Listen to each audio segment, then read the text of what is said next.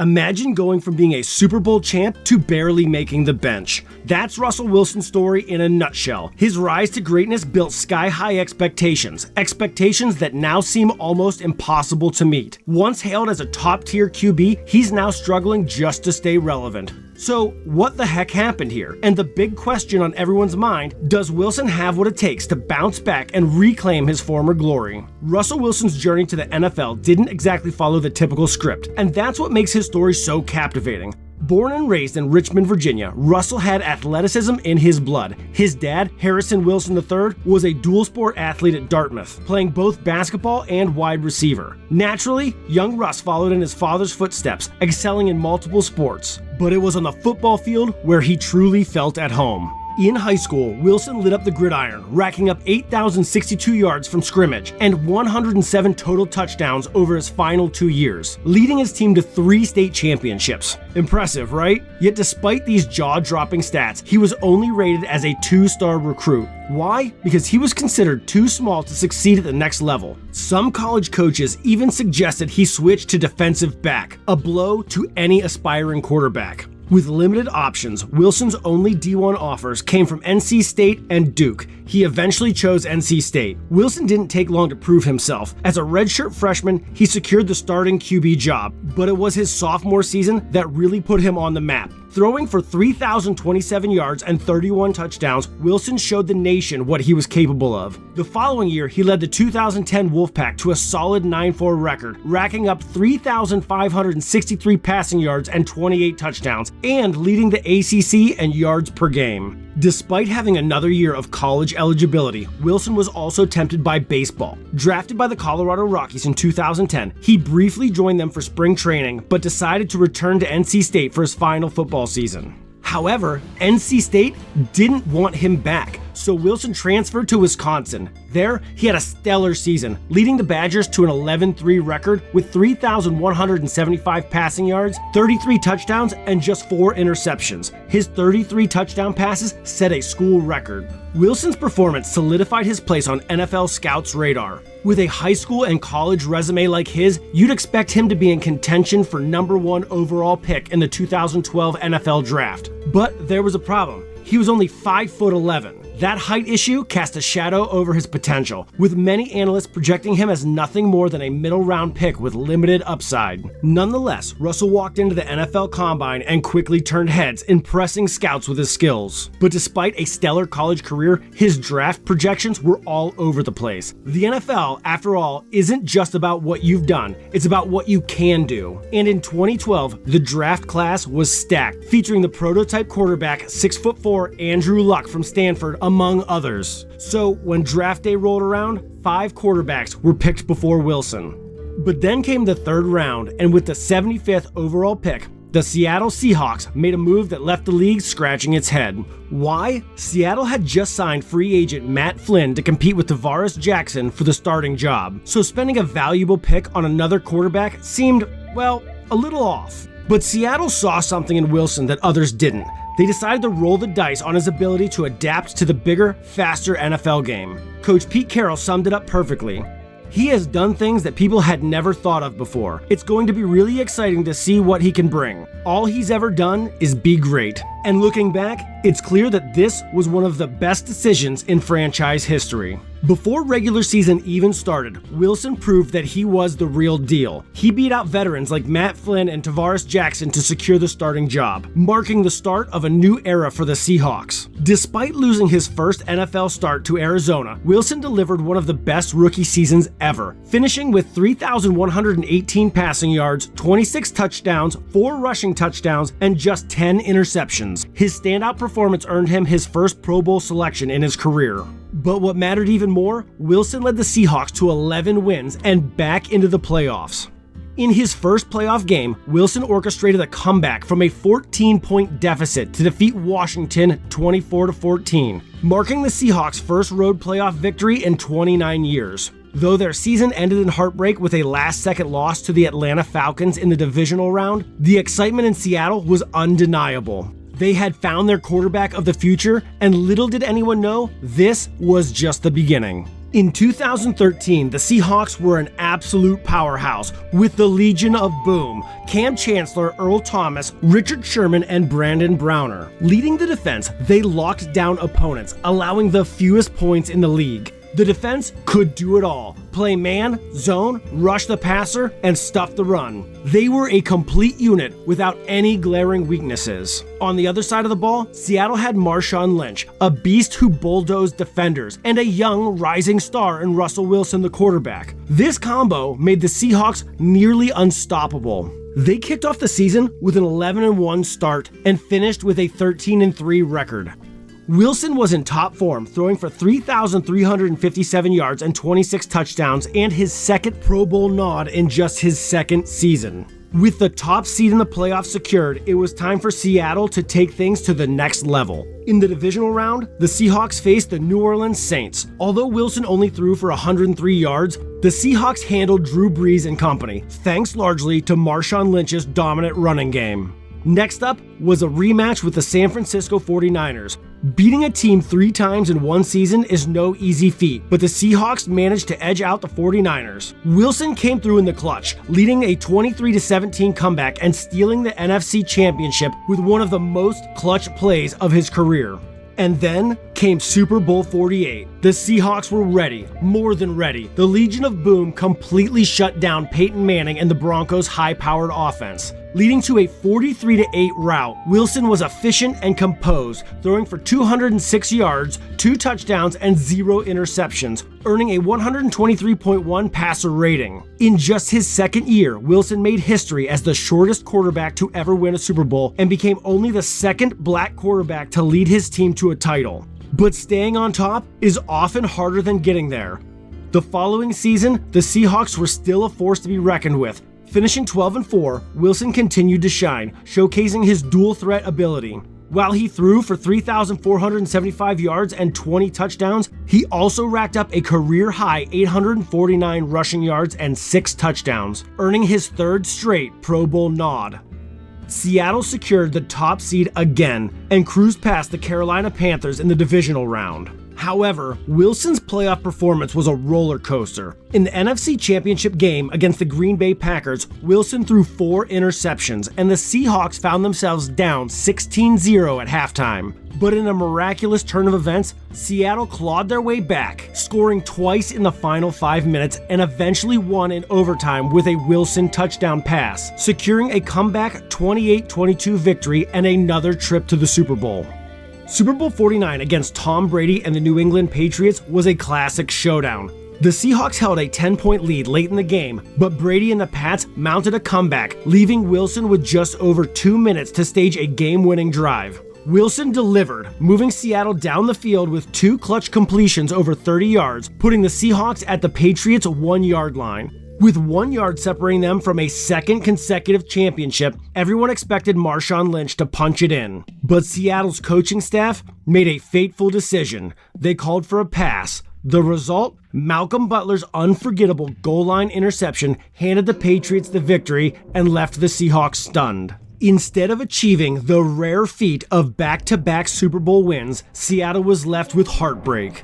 That play became a turning point for Wilson and the Seahawks, a moment that would define the franchise's future in ways no one could have anticipated at that time.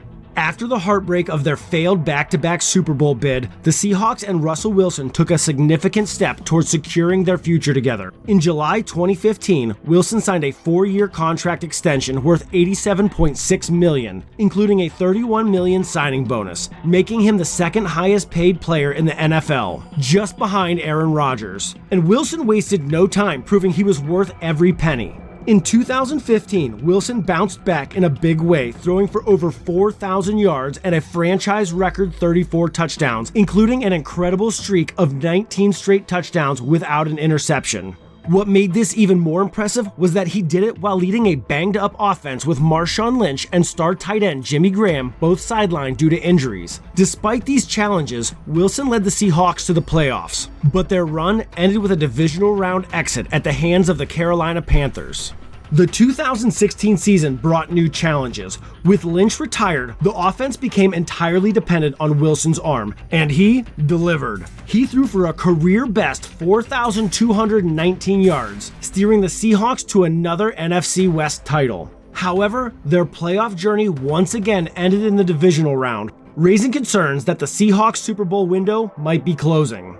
Those fears seemed to be confirmed in 2017. Wilson had another outstanding season individually, leading the league with 34 passing touchdowns and earning a 95.4 passer rating, which earned him yet another Pro Bowl nod. But despite his efforts, the Seahawks finished with a 9-7 record and missed the playoffs for the first time in Wilson's career. By now, the roster had started to look very different from the one that won the Super Bowl in 2013, with nearly the entire Legion of Boom departing after the 2017 season. With the team in transition and many of their top stars sidelined by injuries, the Seahawks leaned heavily on Wilson to keep them competitive in 2018. And he delivered again, throwing for 3,448 yards and 35 touchdowns, leading Seattle to a 10-6 record and a spot in the postseason. But their playoff run was short-lived, ending with a close wildcard round loss to the Cowboys. Despite the disappointment, the Seahawks doubled down on their belief in Wilson, signing him to a 4-year, $140 million contract extension in 2019, making him the NFL's highest-paid player. In 2019, Wilson lived up to his contract, throwing for 4,110 yards, 31 touchdowns, and only 5 interceptions. But once again, the Seahawks were knocked out of the playoffs in the divisional round, this time in a 28-23 loss to the Green Bay Packers.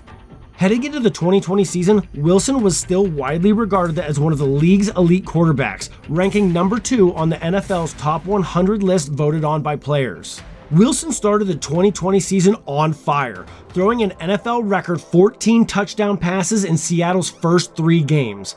He kept up the pace throughout the season, finishing with 4,212 passing yards, a career-high 40 touchdown passes, and a career-best 68.8% completion rate. The Seahawks finished 12-4 and won the NFC West for the first time since 2016, but once again, their playoff run ended in disappointment. In a wild-card round loss to the divisional rivals Rams, Wilson struggled, getting sacked 5 times, hit 10 times, and completing just 11 of 27 passes for 174 yards with 2 touchdowns and 1 interception. By 2021, cracks in Wilson's relationship with the Seahawks began to show. He publicly expressed dissatisfaction with the direction of the offense, the first sign of a growing rift between Wilson and the organization. The tension seemed to spill over into the season as the Seahawks finished with a losing record and missed the playoffs for the first time since Wilson's arrival in Seattle nearly a decade earlier. Despite the team's struggles, Wilson still performed relatively well, throwing for 3,113 yards, 25 touchdowns, and only 6 interceptions. But it was clear that the team was in desperate need of rebuilding, and speculation about Wilson's future in Seattle began to intensify. The Seahawks had seen the writing on the wall with Russell Wilson. Despite his continued solid play, he was approaching 34 and carrying a massive contract. The signs were clear. Wilson's eyes were wandering, and Seattle was ready to embrace a rebuild. They were just waiting for the right moment to pull the trigger. And that moment arrived when the Denver Broncos came knocking with a jaw-dropping offer. The Broncos were ready to pay top dollar for a QB they believed could lead them back to glory, and Seattle was more than happy to oblige. In one of the biggest blockbuster trades in Seattle sports history, Wilson was sent to Denver for 2 first-round picks, 3 additional draft picks, and 3 players, marking the end of his era in Seattle. With a hefty contract and high expectations, Wilson joined the Broncos, who had an offensive-minded head coach, Nathaniel Hackett, and a talented defense. Before even playing a game, Wilson signed a 5-year extension worth $245 million with $165 million guaranteed. But what followed was a disaster.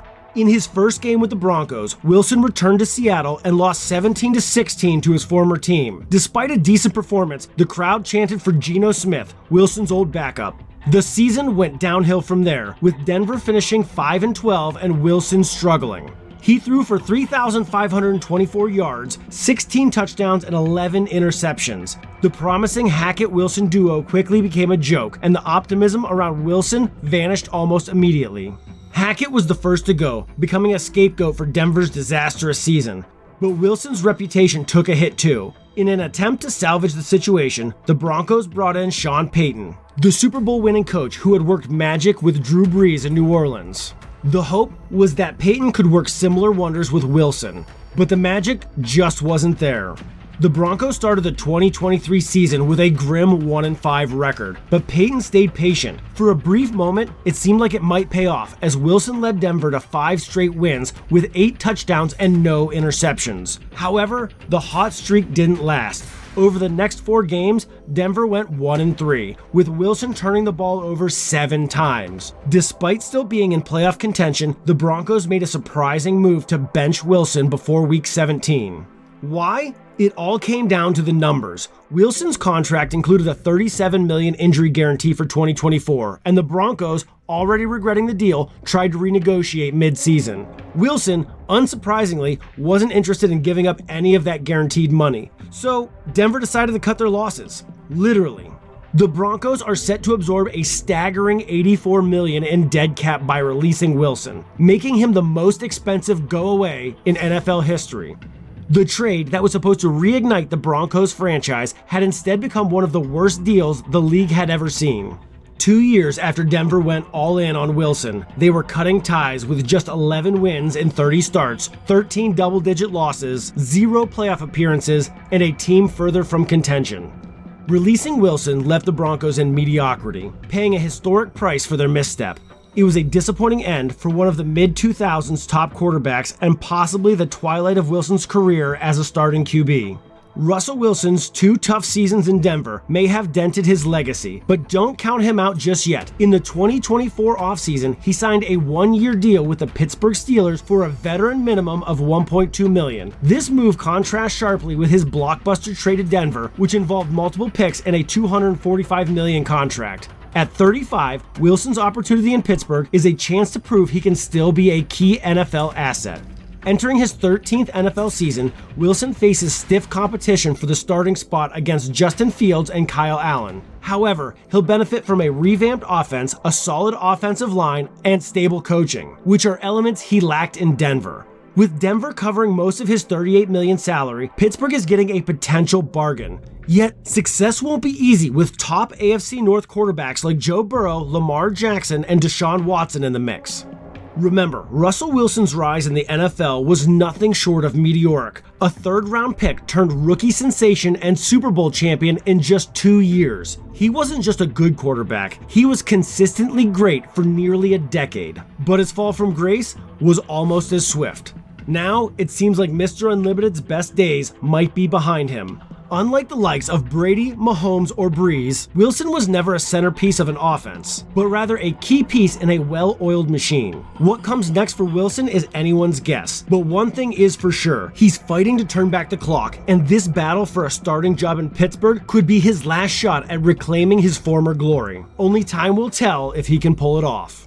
With that in mind, drop your thoughts in the comments below. Do you think Russell Wilson still has what it takes to make a comeback? And hey, if you enjoyed this deep dive, hit that like button. Don't forget to subscribe and turn on notifications so you're always updated with our latest content. Catch you in the next video.